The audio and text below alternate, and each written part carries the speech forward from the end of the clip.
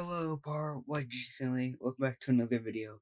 We're doing Adobe is horrible, so I tried an alternative by, of course, Bog. Let's get into today's video.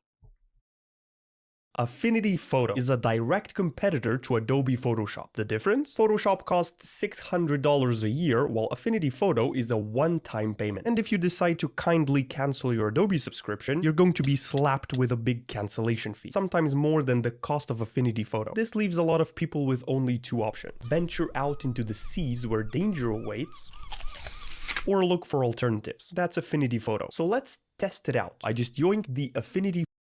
Hello, I am sorry to interrupt today's video to say hello to our sponsor, Grubit. You've probably seen Grubit on the channel a few times in the past, but because I like to buy from them as stuff for my dogs. But they added cat products. Yes, they now officially sell cat products on Grubit.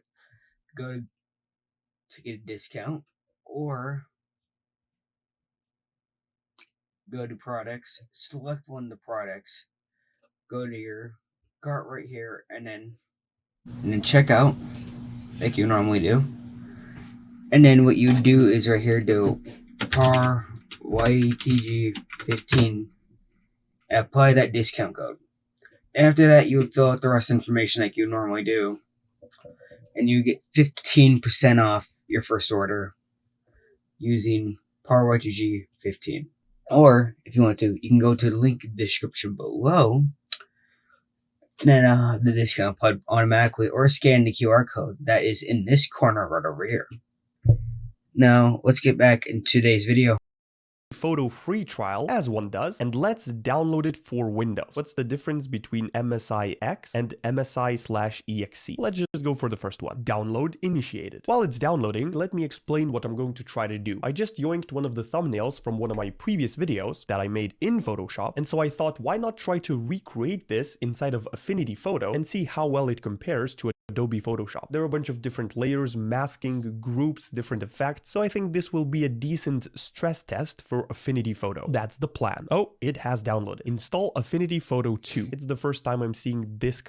This kind of looks like something that you would see from like Mac OS or something, like a Mac OS type thing that you'd probably see.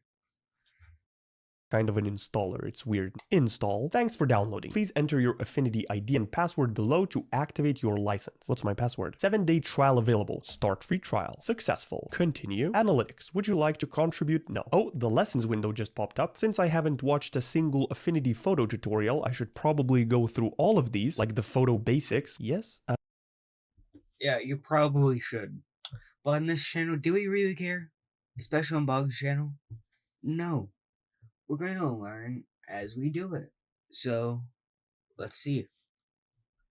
I should. So what is all of this? There are tools on the left, just like in Photoshop. There are a bunch of panels on the right, also just like in Photoshop. And there are a bunch of controls and menus at the top, just like in Photoshop. Feels familiar. Let's go to File, New, and create a new file. Oh, this is definitely a different interface. A YouTube thumbnail is 720p, so 1280 by 720 pixels. Image placement, prefer embedded, prefer linked. No idea what that is. Everything else looks good. Create. Boom. Ooh, and the tools light up nicely. Okay, let's first configure everything and see if all the keyboard shortcuts are at least similar. So in Photoshop, to zoom out, I usually do Alt and scroll on my mouse, or hold Z to temporarily toggle the zoom tool and then drag left or right. Let's see if that works here. Alt and scroll just scrolls up and down. What about Z? Oh, this works. Oh, it snaps into place when it hits 100%, which is the actual size. I'm not sure if I like that. So let's go to File or Edit and look for Settings. Control, comma. That's a great keyboard shortcut. The same as on macOS. Command, comma on macOS brings up settings of any application. Ooh, there are a bunch of settings. That's what I like to see. Enable save over imported PSD files.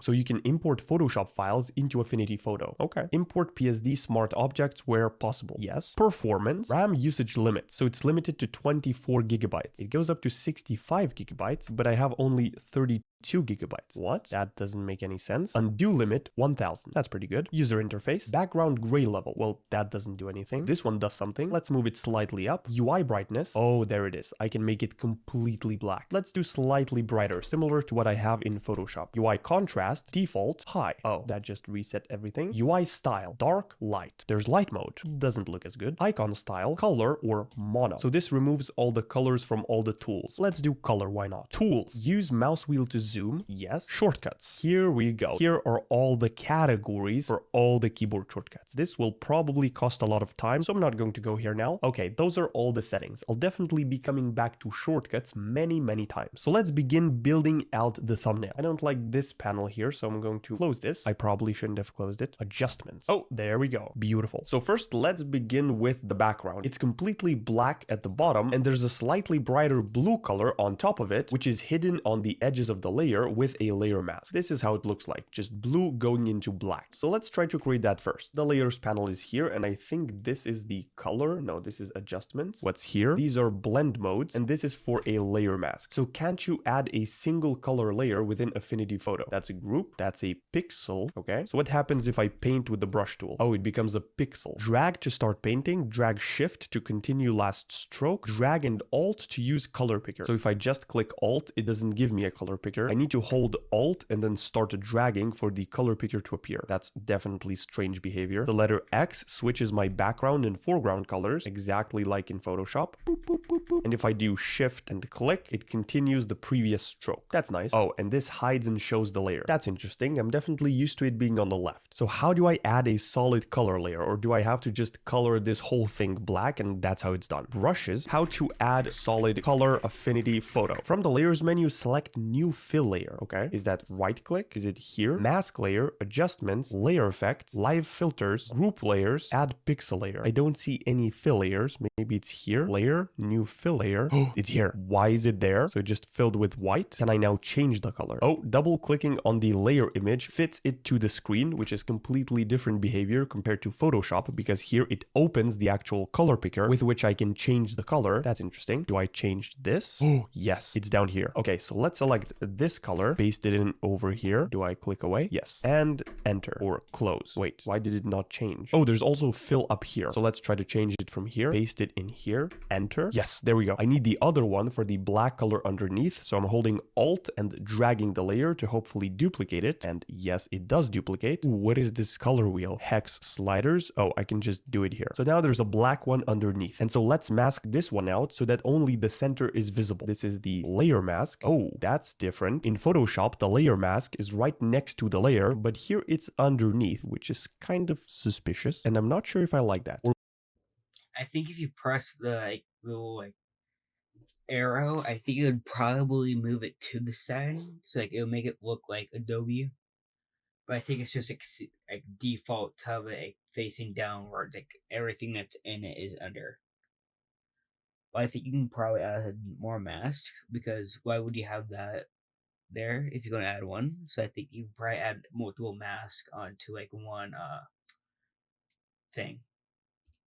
Maybe I don't yet know that I like it. So let's search for a gradient tool. This probably? Yes. Okay, so here I'm assuming I can customize the gradient. Radial. I want a radial gradient going from black to white. Just like this, but inversed. So reverse. And I think we are good. So if I drag it, oops, what happened here? Oh, did I accidentally click on the layer mask? Why is it white here in the preview? What if I double click? What happened? There's a little pixel here where it took me. What's that? Can I delete it? And that deleted the mask. Let's add the mask once again. Now it's white. Good. Gradient tool and then paint like so. Okay, I need to choose radial gradient. And then once again, the colors are gone. Why are they gone? Let's do black on one side. Yes. And like this. Wait, why is it fully black? Am I customizing the mask here and not the actual gradient tool? Yes, the mask becomes darker as I switch between these colors. Okay. So how do I customize the gradient tool then? Like what happens when I do this? It just gives me a normal gradient, but how do I customize it? Or do I just do this and then customize it? That doesn't make any sense. So now if I change this to a radial gradient,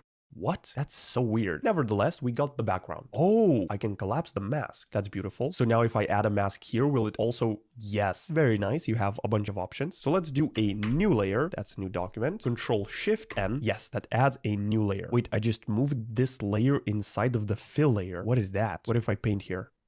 So what is this? Oh, this is where the fill is showing through. What if I add another layer and then move it inside here? What does this do? So it reveals and shows both of them. They're all like different layer masks. So this layer mask added these black edges. So you can see here in the preview, it hid the edges of the fill layer. Then this one hid everything on top of that except this mess over here. And then this one hid everything from the previous two layers and only revealed this snake pattern. And this right here is black because it's black in the second layer. That's insane. I now see why the mask doesn't...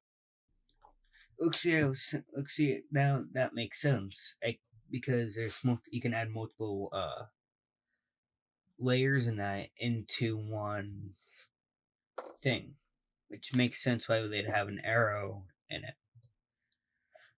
I'm not sure where that would be used or not be used, but it's an interesting feature.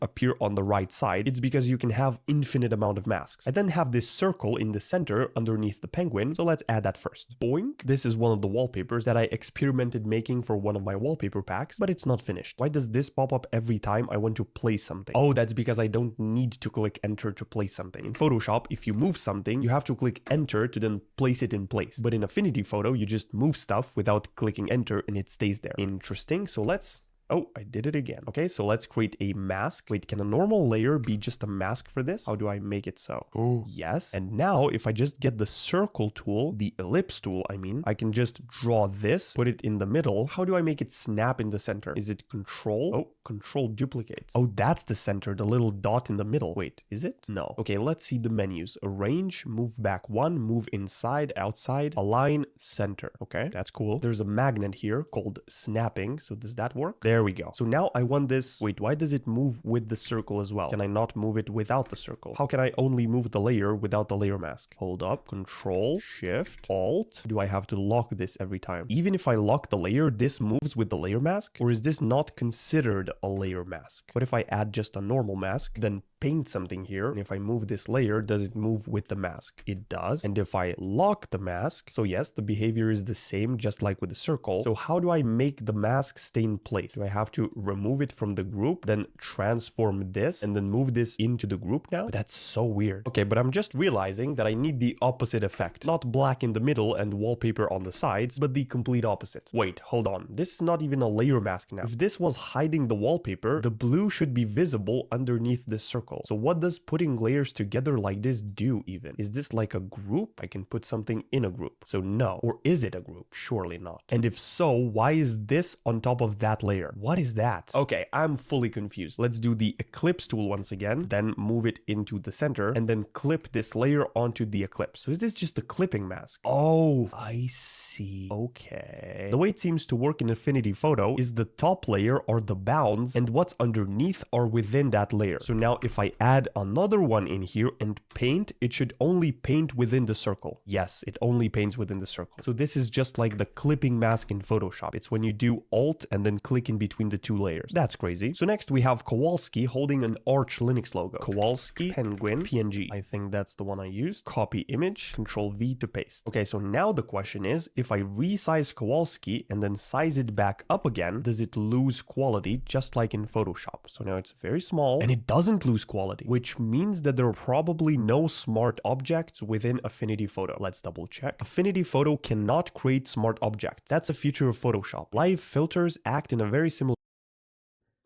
My question is, like, why did Photoshop make smart objects?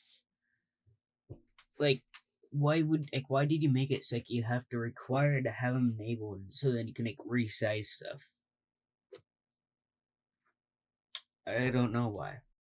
way to smart objects in Photoshop. You can apply one and then go back sometime later to edit it. That's very interesting. Let's position the penguin. Next is the Arch Linux logo. Boink. Next, he needs to be holding the actual Arch Linux logo, which means that I'm going to need the arm. Kowalski, penguin, and here's one with the arm. And paste it in so I can recreate the arm. Let's make sure they're pretty similar size. How do I decrease the opacity? Beautiful. Oh, this is so strange. When I'm resizing from the corner, I don't have to hold shift to resize proportionally. And if I'm resizing from here, I have to hold shift, which is so annoying. Just make it the same. Make it so I either have to hold shift or not hold shift to resize normally, because I keep just doing this all the time. There we go. And let's try the pen tool to recreate the arm. Okay, seems just like your regular pen tool. Wait, it's suggesting where I should place the handle? How does it know? Okay, can I press Alt and move only one handle? Yes, I can. Oh, what happened there? Okay, and can I turn this into a shape? Maybe I don't even have to turn this into a shape. Can I just choose a different fill? Ooh, yes, I can. And now to move this, I can just move it around. One arm is going to be here, Alt drag, then flip horizontal like this. Oh, that's not it. How do I flip it horizontally? Is it under transform? Yes, flip horizontal. I'm sure there's an easier way. Can I select both and change their colors both at the same time? Oh, I can. Okay, success. We have yoinked the arms. Next, our hands will need some detail. Here on his head, there's a bunch of light and a bunch of texture, so I want to replicate that for the hands. Also, I just watched this video from Affinity Photo, clipping versus masking layers, and turns out that I didn't understand it correctly at all. So here's what I know. If I add a new layer, and let's paint something with blue over here, this is a normal layer. But if I drag this on the image of another layer, it becomes a mask for this layer. So now only Kowalski's head is visible. However, if I drag it out and drag it inside of Kowalski, this becomes a nested layer, which means that whatever I drag on here will not go out of bounds of the topmost layer.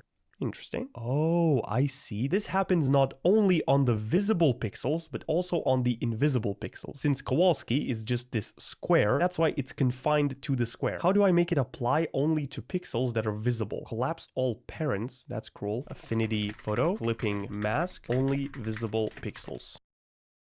Rasterize to mask? Oh, what just happened? Okay, so say I want to add a blue highlight on the side of Kowalski. How do I make it so the highlight only applies to visible pixels? Because I don't want it on the background.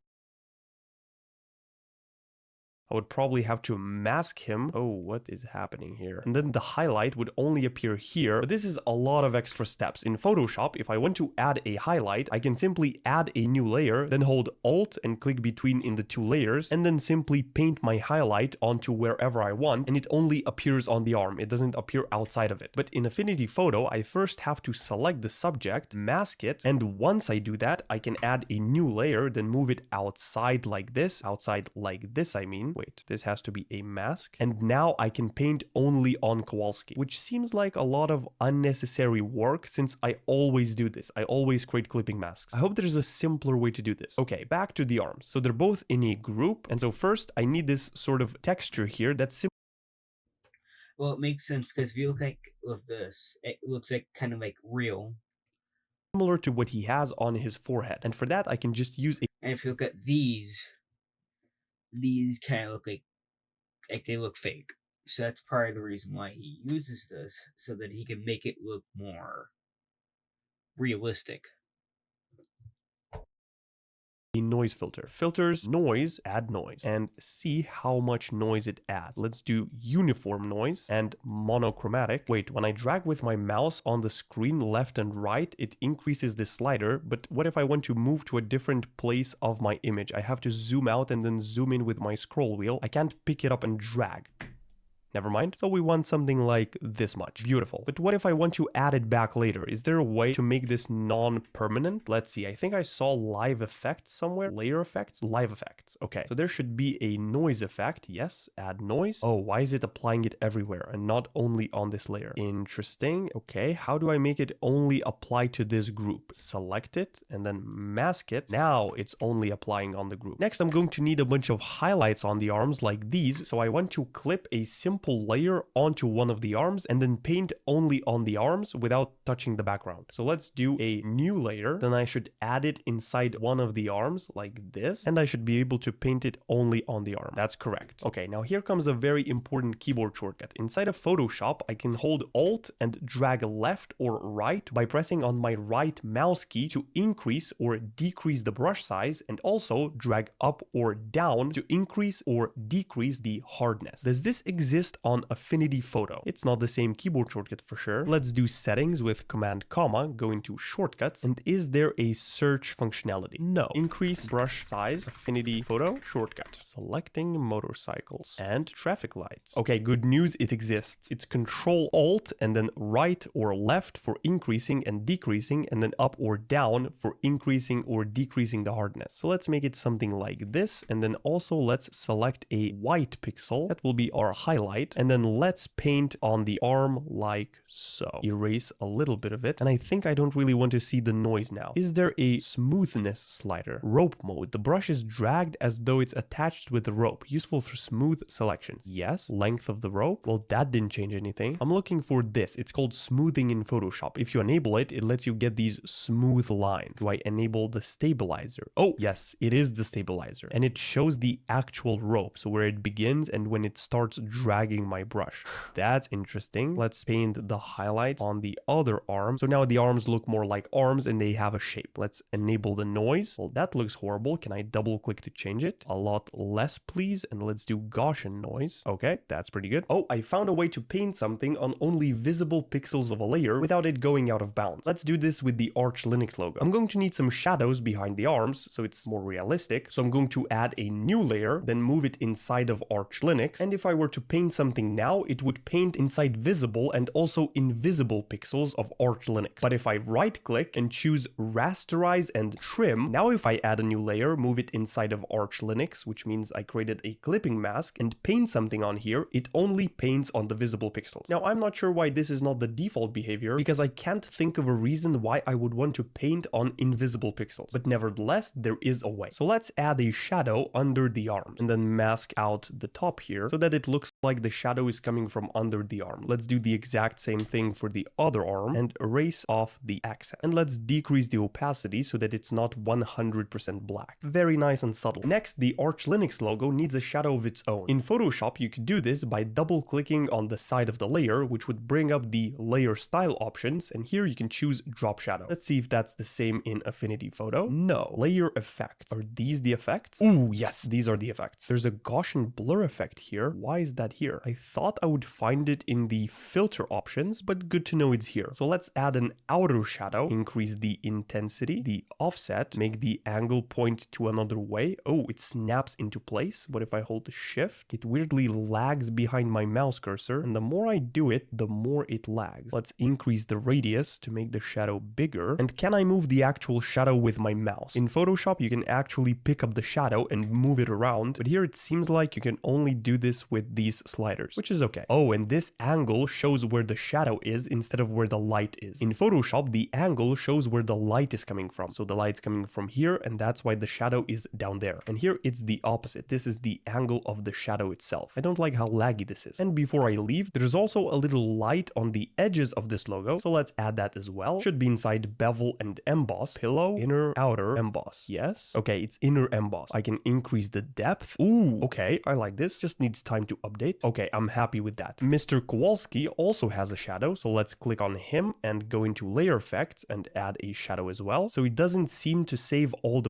preferences. So what I'm going to try to do is hold Alt and drag to copy the effect and then double click to change it from here. Let's make it slightly bigger with the radius. Now, one thing I must say I don't really like is when I'm moving these sliders around, Kowalski becomes pixelated. And then when I release, I can only then see the full effect. The same thing happened with the noise on the hands or the bevel and emboss on the Arch Linux logo. So that's not the best. A better live preview would be very nice. Next, we have the gigantic feet. I yoinked these from the Linux Penguin, this gentleman right here. There he is. And I'm going to use the pen tool once again to cut these out. The pen tool is pretty much the same as in Photoshop. You can hold space to move the handles around, but I don't understand how it guesses where I want to put the next handle. It's insane. in here. It's suggesting me in green where I should put the next handle. How does it know? There we go. Ooh, one thing I'm wondering is if I can create a vector mask. So if I drag this curve on top of the image, does it create a mask with the curve? Doesn't seem to do that. So what if I want these points to be a mask, or in other words, a vector mask, just like in Photoshop? Does that exist? To add a vector mask, draw a filled vector object, example line or shape, which is to be your mask. Oh, so I need to fill it in. And now if I move it here, it should mask. Yes, beautiful. So we have one foot. And of course, the beautiful thing with a vector mask is you can choose a node tool, then click on one of the points and adjust them however you like. So if you want the foot to look like this, there you go. Let's duplicate this, then right click, transform and flip horizontal. So I have the second foot, resize them both so I can put them over the old tinier feet. Let's actually create a layer mask and mask out the old feet of Kowalski so they're no longer visible. Of course, on the Arch Linux logo, they're also going to need a shadow like this so that it's more three-dimensional, and down here as well. And also one shadow layer above the background so the feet cast a shadow on the ground as well. Beautiful. Now, probably no one would notice that Kowalski has two sides of hands. This one is actually sticking out here a little bit, so I'm going to mask that one as well. Beautiful. But what's bothering me is that he has two sets of hands. One's right here and the other one's by his side. So I want to remove those. I'm going to add a new layer, get my brush tool. Also, the stabilizer will be very handy here. And I'm going to paint in like this so that now this becomes his body and not his hand. On the other side as well. Beautiful. And next, to blend it in slightly, I'm going to pick a color from his actual body, then decrease the flow of my brush, increase the softness, and paint off the edges like so. Is this too sharp? Let's make it slightly less sharp, like this. On the other side. Beautiful. Next, we have these mouse cursor icons, which in my true fashion, I yoinked from somewhere else. This time it was from GitHub, source, SVG, light, and we have a bunch of mouse cursors. They're not the same because I couldn't be bothered. Let's select them all, resize them, actually resize them a lot, and position them all around Kowalski. Beautiful. See, when I click to move something, everything suddenly becomes a lot more pixelated and weird, and when I release, everything starts looking nice. This is something that I don't. Actually, that was another thing. It's like it's weird because like when you start dragging something, the quality looks like something like garbage. But like when you release, it's like perfection. Like one of the most. Like it looks great. That's weird. Really like. Anyway, let's put all of these in a group with Control G. I hope that works. Then go to layer effects and let's add an outer glow to all of the icons. Okay, so if I pick the arch blue color, does it not work? So I have the color picked with the color picker, but it doesn't actually apply. Why not? What if I want to do more than 100 pixels? Can I do 150? I can. Beautiful. Looks about right. One more thing, this Control Alt Shift E merge all layers. Oh, it does. And if I go to filter, is there a camera raw filter? Probably not. That sounds like Adobe trademark. Photoshop camera raw filter. How in Affinity Photo? Exactly what I'm wondering. The develop persona would be the closest match to that in Affinity Photo, but it can only be used on pixel-based layers. Develop persona. Okay. Weird names. So is it not under filters? Oh, there are different workspaces here. Liquify persona, so I can liquify Kowalski.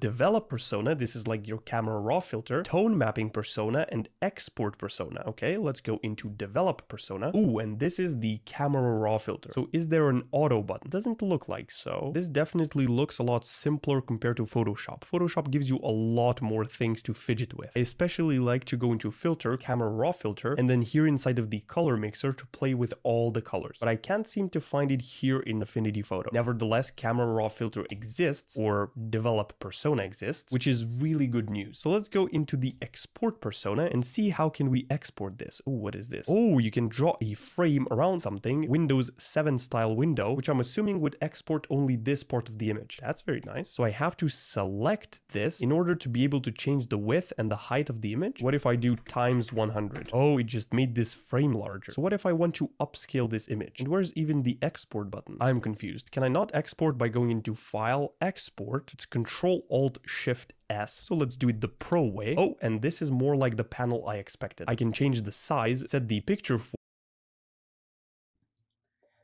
So if how Adobe does it is that you do Control Shift Alt W to export it, but with Affinity Photo it is Control Shift Alt S. interesting keybinds, I might say. I'm not sure if I agree, but they're keybinds. Format and change a bunch of settings. Beautiful. Let's export this. Photoshop, Affinity Photo. This one might even look better. So how was my Affinity Photo experience? Well, it took a little bit of time to understand how masks work and how clipping masks work, and also having to right click and choose rasterize and trim in order to add a clipping mask on only the visible pixels of a layer was slightly confusing. Seems like an unnecessary step. Also, a couple things that I don't like very much is that the thumbnail previews load very slowly, and that when you try to do something like move something on the screen, everything else becomes pixelated and blurry. But other than that, I've been able to recreate my thumbnail perfectly, just the same as with Photoshop. I only ran into issues because I didn't know how Affinity works. And once I explore all the keyboard shortcuts, who knows what's going to happen. So yeah, I've been able to do exactly what I do with Photoshop with Affinity Photo. That's pretty good. Well, I've decided to buy it. Right now it's on sale, so it cost me 37 euros, which is like $40. Oh, and if you like this wallpaper, it's from one of my wallpaper packs. Link in the description.